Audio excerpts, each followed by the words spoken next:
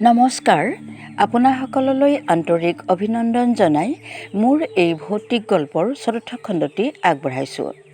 আগৰকেইটা খণ্ড যিদৰে আপোনাসকলে আদৰি ল'লে, সেইদৰে এই খণ্ডটিও ভাল লাগিলে লাইক কৰিব, কমেণ্ট কৰিব, বন্ধুবৰ্গৰ লগত শ্বেয়াৰ কৰিব আৰু ছাবস্ক্ৰাইব কৰিবলৈ নাপাহৰিব আৰু কাষতে থকা বেল আইকনটি টিপি দিব, যাতে সকলোতকৈ আগত আপোনাৰ মোবাইলত শুনিবলৈ পায়। ধন্যবাদ।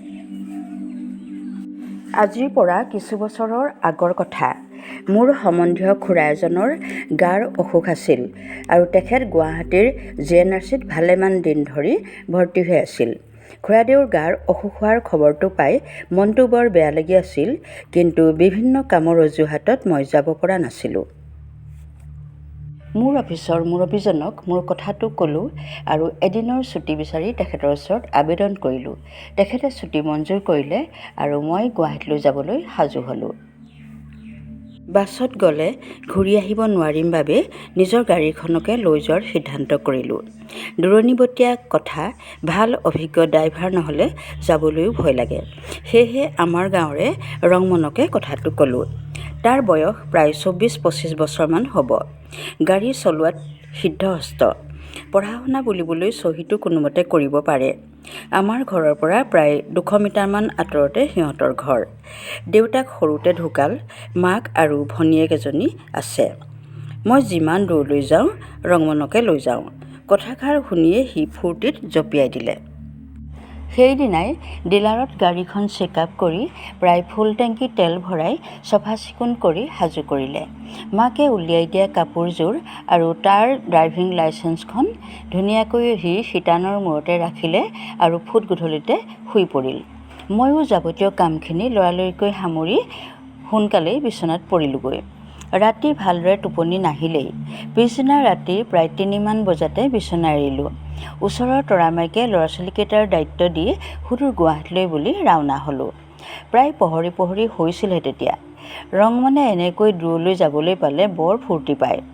ৰাস্তা শুইন পালে সি গাড়ীৰ স্পীডটো বঢ়াই দিয়ে। মই মানা কৰোঁ। তেনেকৈ গৈ আমি সুদূৰ গুৱাহাটী পালোগৈ। খুৰাদেউৰ অৱস্থা বৰ ভাল নহয়। খুৰীদেউ আৰু সম্বন্ধীয় মানুহবিলাকে সহায় সাৰথি কৰিয়ে আছে। মই ভালেমানখিনি খোৱা বস্তু লৈ গৈছিলোঁ। খুৰাদেউ কিন্তু একো খাব নোৱাৰিলে। ঘনাই বমি কৰি আছে। ডাক্তৰ নাৰ্ছসকল লাগিয়ে আছে। অৱস্থাটো দেখি মোৰ বৰ বেয়া লাগিল। ইতিমধ্যে সময়ো যথেষ্ট হৈছে। আমি ঘূৰি আহিবলৈ সাজু হৈছোঁ। খুৰাদেউ আৰু খুৰীদেউৰ পৰা বিদায় লৈ আমি পুনৰ ঘৰমুখী যাত্ৰা আৰম্ভ কৰিলোঁ। GNRCৰ পৰা 2 কিলোমিটাৰমান আহি সোঁফালে টাৰ্ণিংটো লৈ আটকধুনীয়া এখন হোটেল দেখা পালোঁ। গাড়ীখন ভালদৰে পাৰ্কিং প্লেচত ৰাখি ভিতৰলৈ সোমাই গ'লোঁ। ৰংমনে ভাত খালে আৰু মই 2টা শুকান ৰুটি খালোঁ। পুনৰ আমি ঘৰমুখী যাত্ৰা আৰম্ভ কৰিলোঁ। তেতিয়া ৰাস্তাত কিছু ট্ৰেফিক জাম হৈছিল। মই মাত্ৰ চাবি বুলিহে কওঁ। ৰংমনে গাড়ী কম স্পীডতে চলাইছে। ঠিক কাজিৰঙা নেশ্যনেল পাৰ্ক এৰি 2 কিলোমিটাৰমান আহিছোঁহে মাত্ৰ বেলি ডুবিল। মই আগৰ ছিটতে বহি আছিলোঁ। হঠাৎ সন্মুখত 2টা ৰাস্তা দেখাৰ দৰে লাগিল। ৰংমনেও একো ধৰিব নোৱাৰিলে। অনুমান হ'ল গাড়ীখনৰ যেন স্পীডটো কিছু বাঢ়ি গ'ল। বিজুলী বেগেৰে গাড়ীখন প্ৰায় 2 কিলোমিটাৰমান আগবাঢ়ি গ'ল।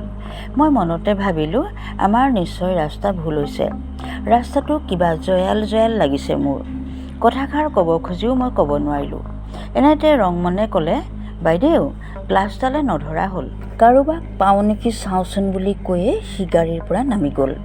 ঠাইটুকুৰা ইমান আন্ধাৰ, কেৱল হাবি আৰু হাবি।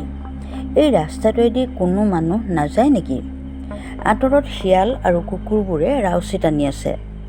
মই ৰংমনক যাবলৈ দিবই নালাগিছিল। গাটো মোৰ বাৰে জিকাৰ খাই উঠিছে। গাড়ীৰ সন্মুখৰ বক্সটোত হাত দিলোঁ। তাত ধূপৰ পেকেট এটা আছে আৰু জুইশলা বাঁহ এটা আছে। খুলি চালোঁ, কাঠি মাত্ৰ এটাহে আছে।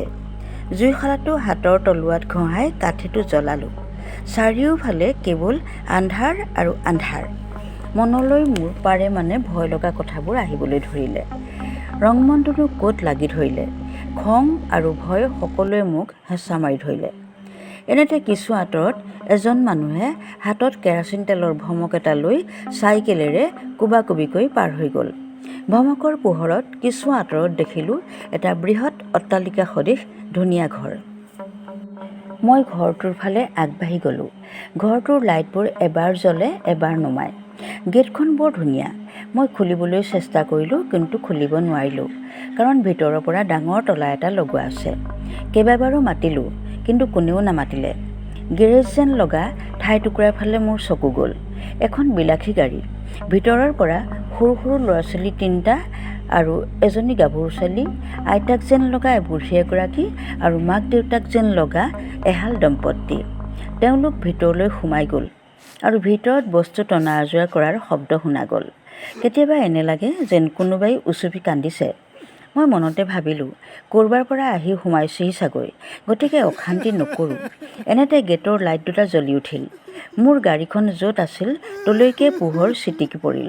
মই একো উপায় নেদেখি পুনৰ গাড়ীখনৰ ফালে আগবাঢ়ি গ'লোঁ। এনেতে দেখিলোঁ মোৰ স্বামীৰ দৰে এজন মানুহ ড্ৰাইভাৰ ছিটৰ দৰজাখন খুলি বহিছে। চকুৰে ভয়ত সৰিয়হ ফুল দেখা বুলি যে কয়, আজি মোৰ গাতে সেই কথাষাৰৰ প্ৰমাণ হৈছে। আকৌ ভাবিলোঁ, ৰংমনে কিজানি মোক গাড়ীৰ ভিতৰত বিচাৰি ফুৰিছে। কোবাকুবিকৈ মই গাড়ীখনৰ ওচৰ পালোহি। গাড়ীখনৰ ভিতৰত এটা কমটি পাৱাৰৰ লাইট জ্বলি আছিল। ভালদৰে চালোঁ, কোনো নাই দেখোন। গাড়ীৰ ভিতৰত তেনেহ'লে মই কাক দেখিছিলোঁ? চাৰিওফালে ঘোক মৰা আন্ধাৰ। ভয়ত মোৰ অণ্ঠকণ্ঠ শুকাই গৈছিল। ৰেডিয়াম থকা ঘড়ীটো চালোঁ, সময় তেতিয়া ৰাতি 1 বাজিছে। শিল পৰা কপৌৰ দৰে মই থৰ হৈ গ'লোঁ। ৰংমনৰ ওপৰত মোৰ খুব খং উঠিল। যি কি নহওক, গাড়ীখনৰ দৰজাখন খুলি মই পুনৰ আগৰ ছিটটোতে বহি পৰিলোঁ। কিমান কষ্ট কৰি এই সম্পত্তিটো কেনেদৰে ঘটিছোঁ মইহে জানো, গতিকে মোৰ কিবা হ'লে ইয়াৰ বুকুতেই হওক। সেইবুলি মই গাড়ীৰ ছিটটোত হাউলি পৰি দিলোঁ। চকু দুটা মেলিবলৈও ভয় লাগিছে, জপাবলৈও ভয় লাগিছে। খন্তেকতে চকুযোৰলৈ টোপনি অহা যেন লাগিল। গাড়ীৰ ছিটটোতে মই শুই দিলোঁ। পহৰি পহৰি অৱস্থাত মোক কোনোবাই কোৱা যেন শুনিলোঁ, তোমাৰ অৱস্থা দেখি মোৰ বৰ বেয়া লাগিল। ৰাতি যি ঘৰ মানুহৰ গেটত তুমি ৰৈ আছিলা, সেই ঘৰ আচলতে জীৱন্ত মানুহ নাছিল।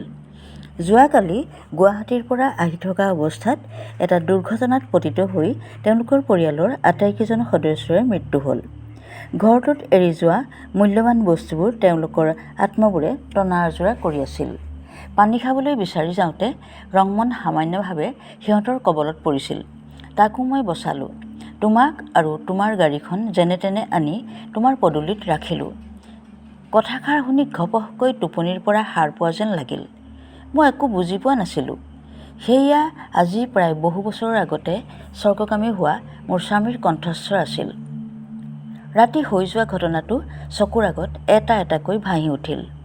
কাষত দেখিলোঁ ৰংমনে মোৰ গাড়ীখন মোৰ পদূলিত ৰাখিছেহি।